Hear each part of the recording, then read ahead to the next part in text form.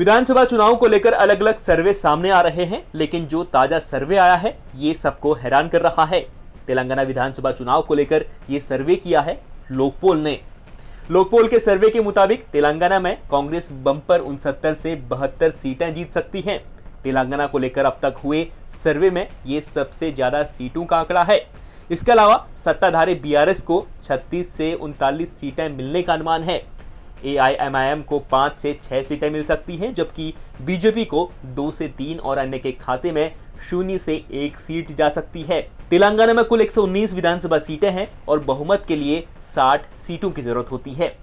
Vote share की बात करें तो कांग्रेस को 43 से 46% वोट मिलने का अनुमान है, जबकि बीआरएस को 38 से 41%, एआईएमआईएम को 3 से 4 और बीजेपी को 7 से 10% और अन्य को 4 से 6% वोट मिल सकते हैं। इससे पहले सामने आए लोकपोल के प्री पोल सर्वे में 119 सीटों की विधानसभा में कांग्रेस 61 से 67 सीटें जीतने का अनुमान लगाया गया था। उस सर्वे में भी दूसरे नंबर पर केसीआर की पार्टी बीआरएस यानी भारत राष्ट्र समिति के आने का अनुमान था।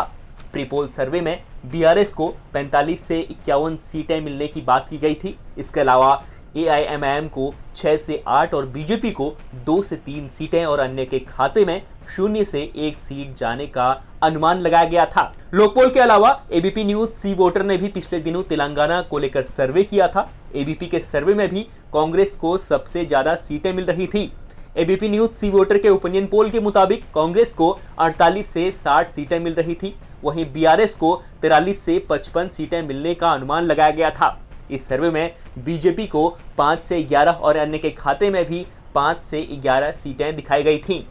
एबीपी न्यूज सी वोटर के सर्वे के मुताबिक वोट शेयर की बात करें तो कांग्रेस को कुल 39% वोट मिल रहे थे, जबकि बीआरएस के खाते में 38% वोट जाने का अनुमान लगाया गया था। इसके अलावा बीजेपी को 16% और अन्य के खाते में 7% वोट जाते दिखाया गया था। तेलंगाना में हुए 2018 के विधानसभा चुनावों के नतीजों पर नजर दौड़ाएं तो के चंद्रशेखर राव की पार्टी टीआरएस, जो अब बीआरएस है, इसने सबसे ज्यादा 88 सीटें जीतकर सरकार बनाई थी। कांग्रेस 19 सीटें जीतकर दूसरे नंबर पर रही थी।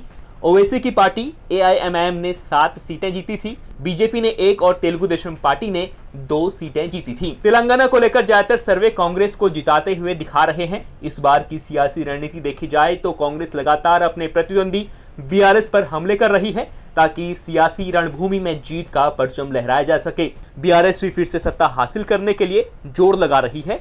बीजेपी भी तेलंगाना में अपनी ताकत झोंक रही है। पीएम मोदी रैली और रोड शो भी कर चुके हैं। देखना होगा कि ये चुनावी सर्वे सच में कितना तब्दील हो पाता है।